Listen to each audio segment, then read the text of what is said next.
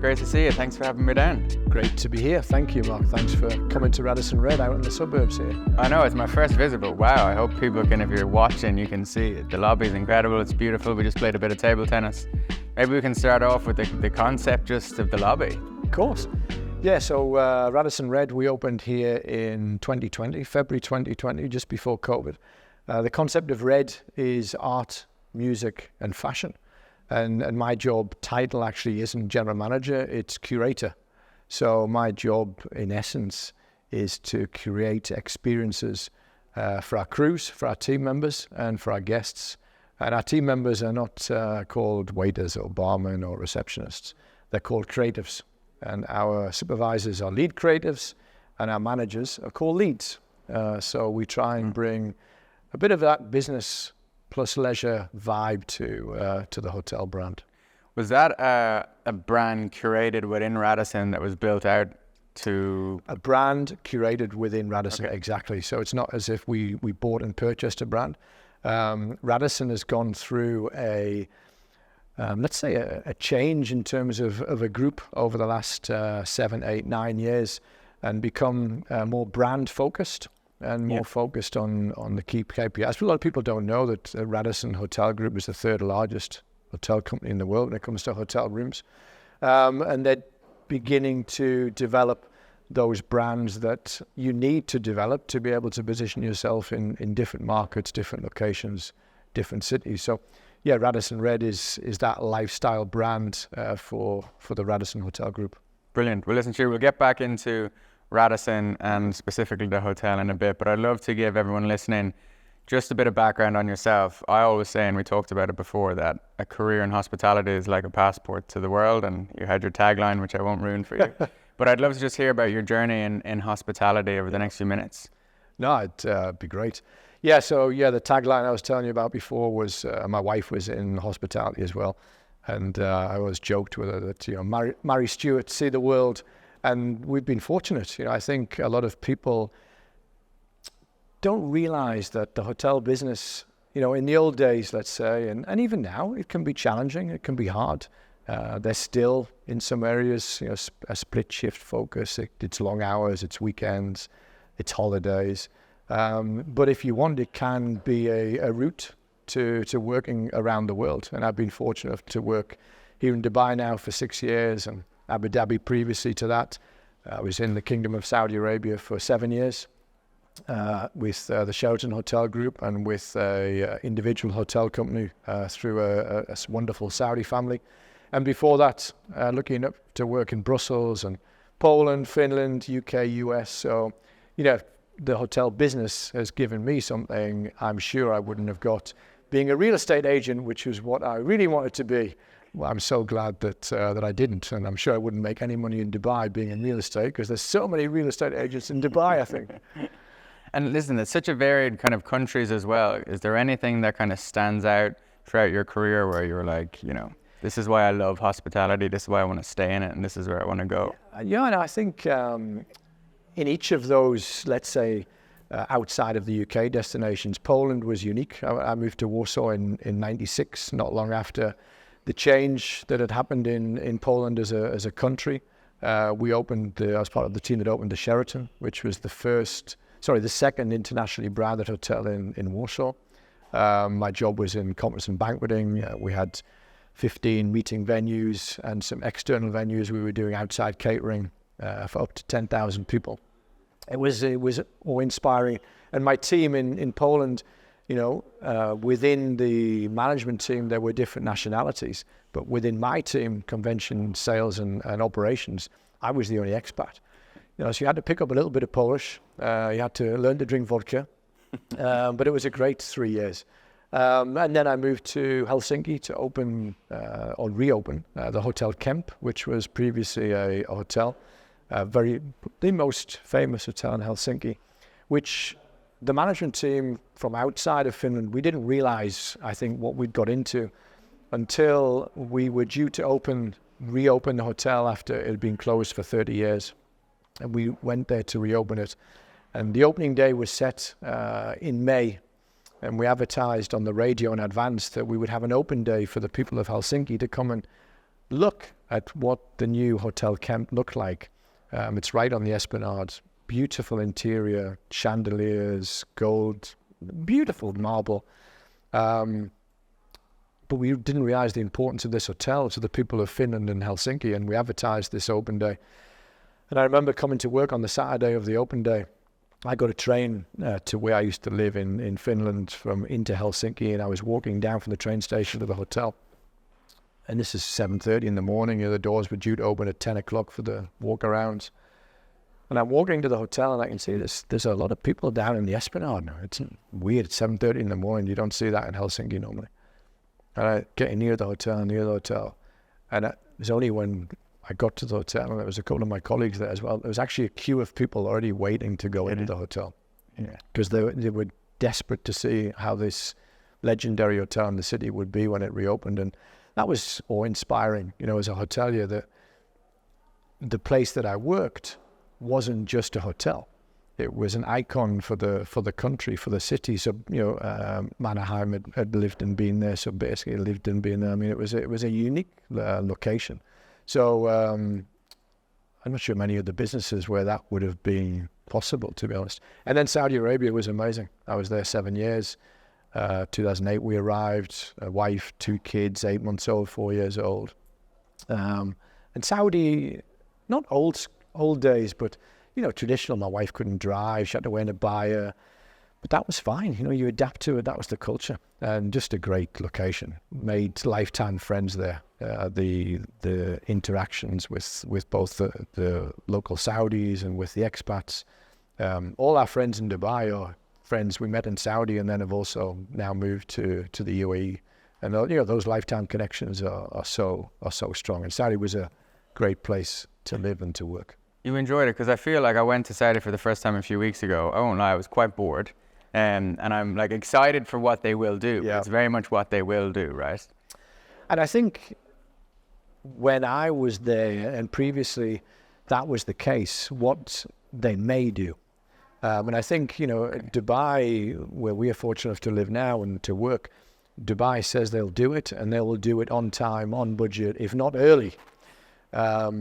And even Abu Dhabi, and I love Abu Dhabi, and I had a great 2 years there. Even in Abu Dhabi, when I moved there in 2015, they said they were opening a mid-terminal in the airport, and that terminal is still not open. We'll open this year, maybe, but it's still not open.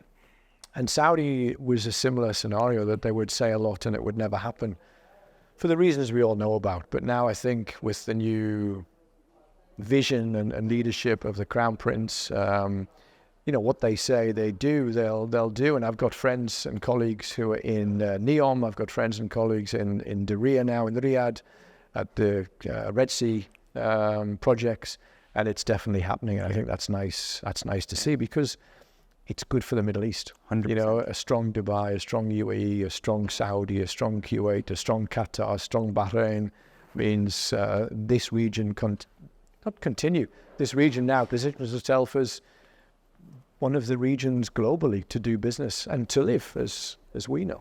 Yeah, no, I think you mentioned about Helsinki, and that hotel was an icon of the city and people came, but we're so fortunate in Dubai that pretty much everything we do is around hotels, right? If you want to go for dinner or brunch, or you want to meet friends for a drink, or you want to go for a beach day, hotels are like at the center of our day-to-day lives. Right? They are. It's amazing. But how would you, now that you've worked in both regions, let's just take Europe and the Middle East, how would you differentiate your experience of the hospitality experience for guests and workers? Yeah. I suppose similar and different. I mean, in the end, our business that we're in, hospitality, is a simple business, I always say. It's by people, for people, with the support of people. And sometimes we overcomplicate it. Sometimes we oversimplify it, but in the end, it's a people interaction. We interact together. And we were discussing before we came on air. Sometimes, now with the hotel business, we're removing some of those interactions for the ease of doing business. But for me, a hotel is still about an interaction between two individuals and an engagement between individuals. And I think in Europe and the Middle East, it's still the same. I think the benefit maybe in the Middle East is we're able to work in a different way because of the market that we're in. I think our owners here in the Middle East also look at our assets differently. They look at their assets as their own assets, almost family assets.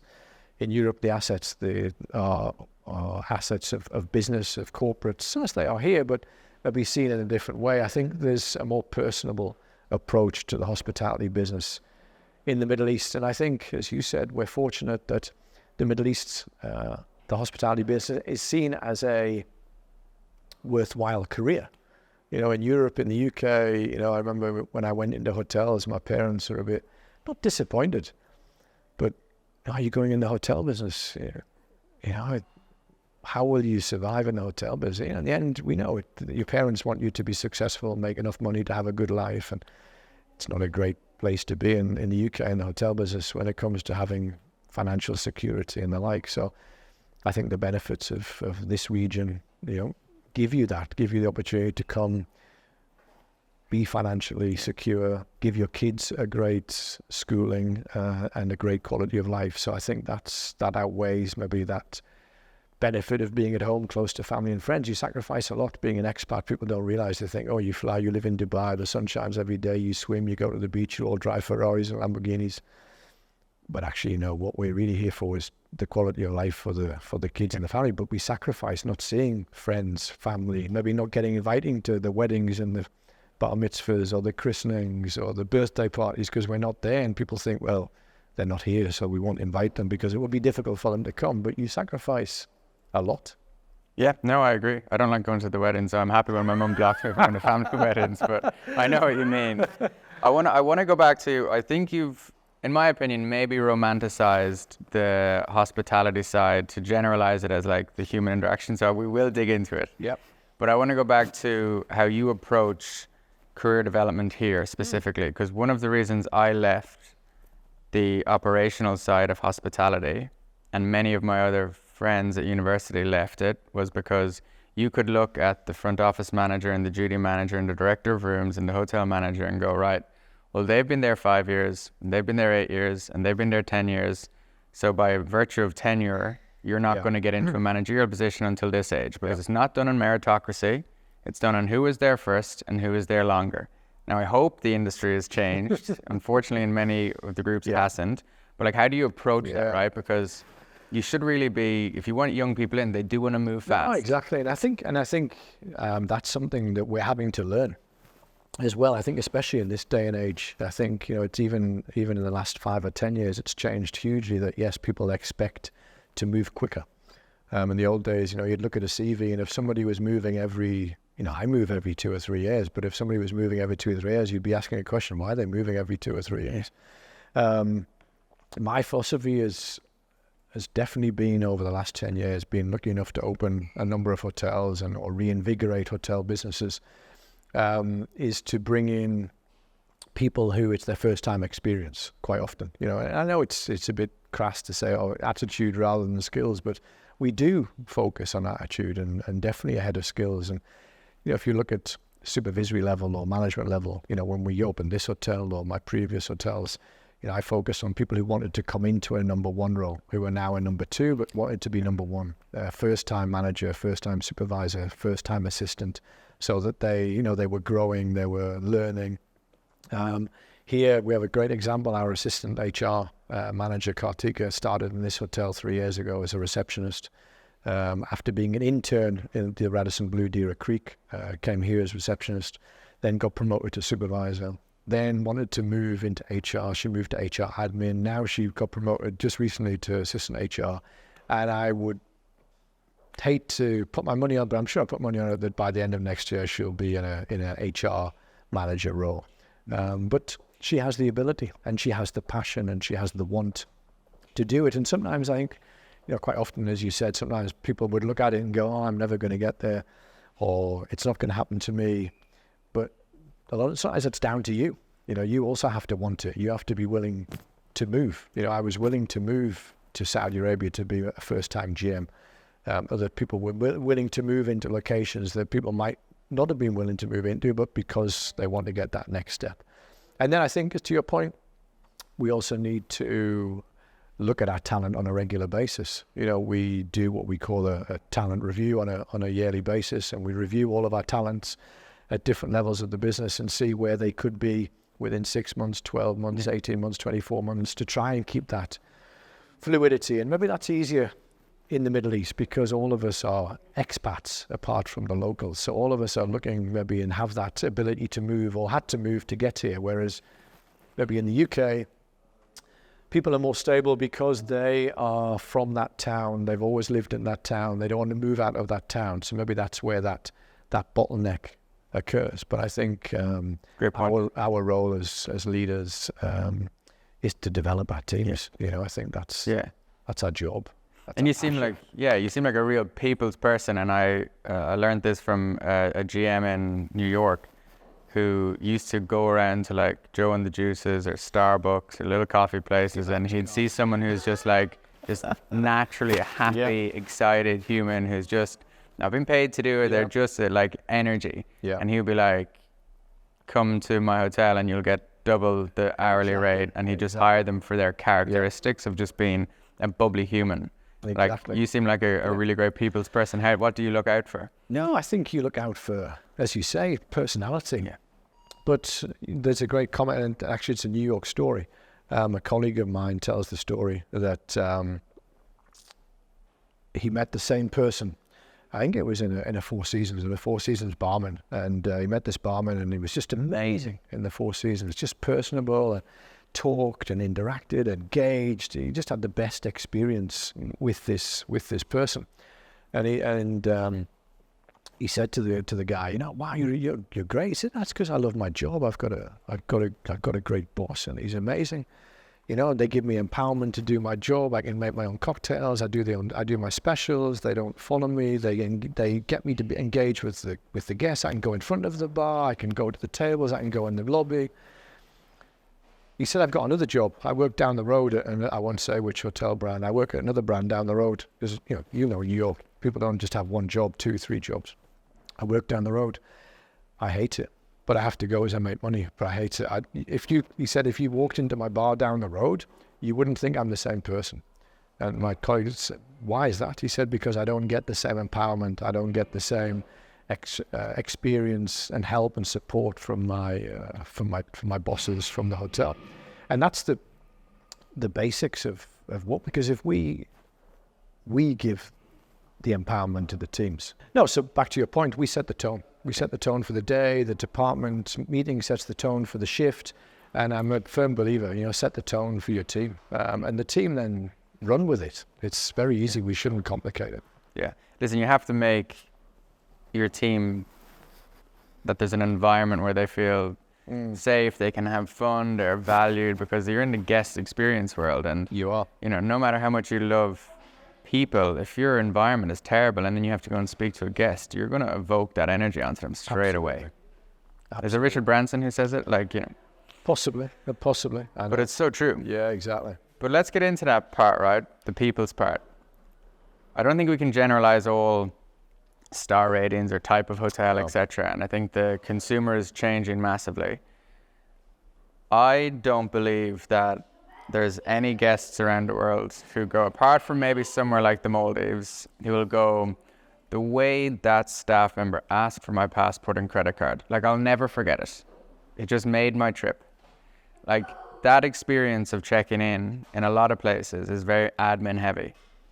Whereas I think what you do remember is someone who did a small touch. And we used to study this case study in university where this young girl left her teddy bear behind in the hotel, and her parents rang up and said she's really upset. Where's the teddy bear? Is it there? And they found it. But instead of just sending it back, they did a photo shoot with the teddy bear going around. So it was at the hotel bar, and it was out playing tennis, and it was getting a massage. And they sent it back to the child with the pictures and said, your teddy bear had an amazing holiday. To me, that's hospitality. Yeah. So how do you see the blend of technology, because we're living in a modern era? No, I think it's not easy. I think because, we were discussing before the difference between Europe and the Middle East. We're always looking for that extra percentage point on the bottom line. And we're always looking to drive the extra dollar, euro, dirham, real, pound, to the top line, you know. And technology is allowing us to do both in many ways, you know, whether that's through our sales, whether that's marketing, obviously, you know, digitally, or whether that's internally, offering different ways of doing business operationally. So, you know, online check-in, or, you know, now with the self-check-in process. And I think it's finding the balance also around the guest and around the consumer. Because even though Mark comes to Radisson RED and Stuart comes to Radisson RED, we may come at different times for different reasons. You know, you may be coming on business, I might be coming on leisure. I might come with my family, you come with your girlfriend. Very often it's about how we as a hotel, how we as individuals understand the concept of that guest stay, and then how we use the tools that we have, either online or offline, to make that stay as personable as possible. And I think the benefits of the new world is being able to sell our business so easily, so quickly, in many different ways. You know, especially a space like ours looks great on Instagram, looks great on TikTok, looks great on anything, whether it's WeChat or LinkedIn. Our space looks great, but it only looks great. It would only feel great with the people here. I mean, it would look in the hotel in Finland. The camp was stunning, but without people, it was useless. It couldn't be a hotel at that stage. Yes, the Red could be a hotel without people, I suppose. You know, with online check-in and self check-in at the desk and using your key on your phone to your room. So you could do without the boys and girls, the creatives that are here. But would the experience be the same? It could be for Mark, who's on business and doesn't want the interaction, just wants to get to his room, get on his laptop and order, as you said, room service on your phone. But it could be for Mark, who's coming with his girlfriend to have a cool weekend and use the bar and the pool, and you want the interaction and the engagement. So it's very much down to us understanding what Mark wants from his stay, what Stuart wants from his stay, and then adapting the tools accordingly. So I think from conversations I'm having, some people come at it from like a generalizing point, but I don't see it necessarily as a zero-sum game. We're like, you know, Ryanair, big airline from Ireland, if you don't check in online, you're charged at the airport. I'm not saying hoteliers charge guests to do it, but like even if I'm coming with my girlfriend to hotels, we're not always picking the hotel for the people. Like I like the Rosewood in London, but it's because I know it's beautiful architecture. They've got a really cool bar. The beds are unbelievable. I actually like the area of Holborn. I'm picking it because of the hotel. Yeah. The building, the beds, beautiful design, all of those things. If I'm going to a resort, I might say, do they have a tennis court? Do they have a paddle court? Do they have a really good gym? Do they have a swimming pool? Facilities is more driven initially. Coming at the desk, even me and my girlfriend, we hate waiting. We're just so like we want to get going, and we're usually most people land in an airport, they're in a car for 20 or 30 minutes before they get to the property, so they're just on Instagram or WhatsApp or Gmail. Why not allow them to do the admin there? Where we do want help is like we're going to get a cocktail with our dinner or wine with our dinner, and then staff come in and tell us this wine goes great with this main course. That's where I see it, not as a zero-sum game, but as a crutch to... It's a recipe, and whatever recipe works for that customer. So if we as a hotel can give you the option, and then you choose the option that fits for you, for the stay that you're having, to be honest. And I think that's the key. And I think, as you say, it's not a zero-sum game. I think we need to give the right mix of opportunity for the guests, and then they choose. You know? What's the plan for yourself and Radisson RED over the next, say, couple of years? Is there big projects going on? Have you just completed anything? Yeah, I mean, look, I think for us, we are now, I always say opening a hotel is like having a baby. You know, pre-opening is the pregnancy, and then you open and the baby just crawls, can't even crawl, just begins to crawl, and then it begins to get up and toddle around and begins to walk. And then it begins to run. And I think we're at the running stage. You know, we're 3 years in, we've I guess we had a seamless birth pre-COVID, so birth was okay, and we've been toddling along. We walked and we started running. I have a wonderful team. You know, we've won some nice awards. You know, you can see them on the Waterloo Hotel of the Year this year. Great place to work this year. Amazing. We've increased all our KPIs. This month actually will probably be a record month for our M&E spaces. But my job is not just about Radisson RED Dubai. Here in Silicon Oasis, the hotel is owned by Dubai Silicon Oasis Authority. I report into Dr. Juma and Dr. Zaruni. And Dr. Zaruni is an interesting story. So Dr. Zaruni is the CEO of Dubai Integrated Economic Zone, which is Silicon Oasis is part of that. Dr. Zaruni went to university in Durham, where I'm born. And then he used to go every Saturday to Newcastle to do his English language course on a Saturday afternoon. And while he was there, he did the English language in the morning and he used to go and watch the football in the afternoon. So he and I are big Newcastle supporters. So that's the only thing we talk about. We never talk about business. We just talk about football. So my job is also to position Silicon Oasis as a destination here in Dubai, because I joked before that, we're in the suburbs and we're out here away from the glitz and glamour of the Palm and those areas. But Silicon Oasis is a city in itself, 120,000 people at the minute, growth to close to 200,000 by 2030. Schools, hospitals, residential, corporate, retail, leisure, metro is coming on the blue line in 3 or 4 years. So my job is not just to raise the awareness of RED, but also Silicon Oasis, and also raise the awareness of RED, not as Radisson RED Dubai, but Radisson RED as a brand. Because we want more REDs in the Middle East. We have close to 30 open now, pipeline of close to 60 coming in the next 5 years, and we want to continue to grow that because it is a great lifestyle brand, and we're beginning to position it more upscale than it was previously. And I think it could bring some great value to owners in locations like Riyadh, Beirut, when Lebanon gets to that point. I think would be a great location. Bahrain would be great for a RED. So plenty of opportunity. Before we get into a quick fire, I want to ask about Radisson. You're curator, not GM, curator of Radisson RED. Do you compete with other Radissons? We always say that red is exciting and sexy and blue is boring. But GMs around there, don't take this personally. But we don't compete in this location because there isn't another Radisson close to us. The Radisson Damac Hills, which is a great property just 15, 20 minutes away, is very different to us. That's more rooms than M&E. We have a large meeting and event space. We have a ballroom. We have a large outside plaza for 2,000 people. So our build-up is different. We have apartments. They don't. The other Radisson Blues in the city are in different locations. So we're fortunate we don't have to. There's always healthy competition on KPIs. I mean, we healthily compete with each other when we want to see what our staff engagement like, or our quality scores, or our brand audit scores, profitability.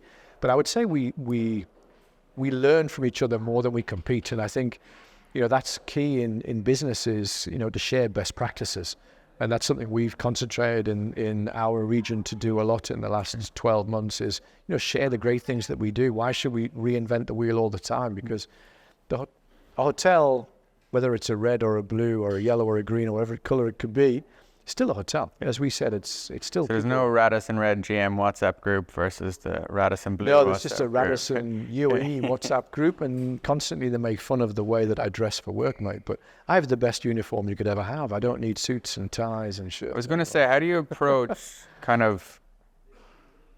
You seem like an individual guy who kind of goes out in his own way, but you're working for a big brand. So how do you blend working for a big group and probably some of the restrictions, I don't know the ins and outs of it, versus one of creating your own kind of Radisson RED Silicon Oasis culture? Is it hard? No, to be honest, I'm very lucky. Again, a GM relies on two key factors. One is the ownership. In our case, as I said, Silicon Oasis, Dr. Juma, Dr. Zaruni are very supportive. They allow the team pretty much to get on and do what we want to do as long as it's positive. Positive, not in terms of money, but positive in terms of the brand Silicon Oasis, that we can keep driving the awareness of Silicon Oasis through what we do as Radisson RED. And for the other side, it's from a Radisson perspective, from a brand perspective. Again, there's a framework to work within, but that framework is very wide when it comes to a RED because we're so dynamic. Art, music, fashion, collaborations, partnerships. We've done so many collaborations with All Saints and Warner Brothers, and the artwork you see around the hotel, a lot of it is different partnerships and collaborations. So I think, again, as long as you're doing it in the right way, with the right reason, and you keep the communication flow back and forth, then no, I'm fully supportive, and they allow me to wear the pink Converse, the cargo pants. And I love it. yeah. Amazing. Well, listen, we'll jump into a quick fire to finish off. Let's do it. Let's see what no political answers in terms of picking Radisson hotels. Just don't ask about football. I don't want to mention Sunderland. Well, I'm a Man United fan, so... Oh, really? Yes. Well, I'm Irish. I had Roy Keane, Dennis Irwin, John O'Shea sure. when I grew up, and we won everything, right? For you, but good result yesterday. Yeah, well, not bad. Right, favourite hotel in the world, and this is what I meant by about not being a Radisson. Favorite hotel in the world, I would say, is the Danieli in Venice. Individual, iconic. Venice is a wonderful city. Just a fantastic location. Just you feel like a rock star, film star when you go there. And, yeah, that's my. So more about the location and the feeling than the staff. Or are they amazing too? Yeah, of course. Okay. I mean, look, I think nowadays, and again, I only visited that hotel because I used to get discounted rates because I was part of that hotel group. I couldn't afford to visit that hotel otherwise. But luxury and upper luxury is not about the hotel.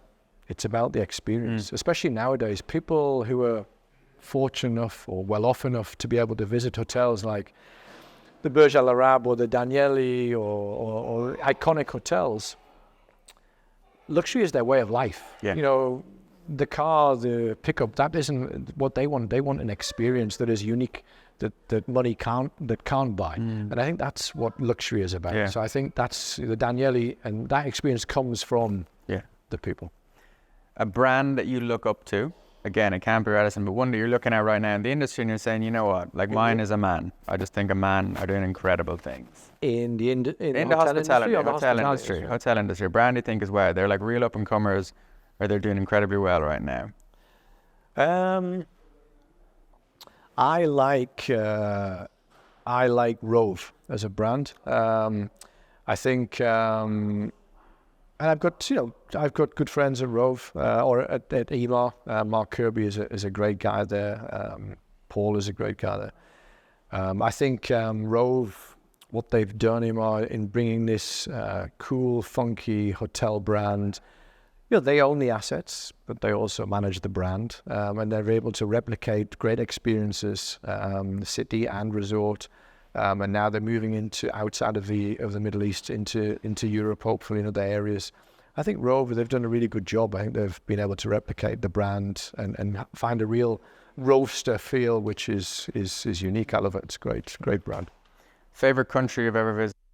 Toss up between Maldives and Thailand. Probably Thailand. I think Thailand, you go to Bangkok, the experiences, the smells, the sounds, the sights, the food, and then jump on a plane and be fortunate enough to go to Phuket or one of the islands. You know, that's just, and the beaches, and just the service and the interactions with the people, the Thai people. I was in Bali as well, fortunate again. Fortunate, that's what we do, don't we, as hoteliers? We were able to travel, fortunately, to hotels at discounted rates. I was in Bali last year, wonderful experience, great people. And again, you remember the people. I'm happy and proud that we had a driver in Bali who my former marketing manager here was in Bali last year, and she sent me a message saying, "I hear you're going to Bali," and I said, "Yes." She said, "Contact this guy, Bagu. He's got his car and he's fantastic.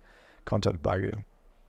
We got there. He drove us around for 2 days, took us all the locations. Such a wonderful guy. Told us about his kids and his family. And since we got back, my wife and I posted on Facebook and LinkedIn, if you go to Bali, Bagu's your man, Bagu's your man. And I've had messages in Bagu, Mr. Stuart, thank you. Jim or Louise or whoever it is from Dubai has dropped me a message. And I think that's it. Again, it's the people that you remember, you know. Well, Stuart, listen, this has been amazing. Thank you so much. Thank you for hosting us here today. Appreciate it. Great. Thank you very much.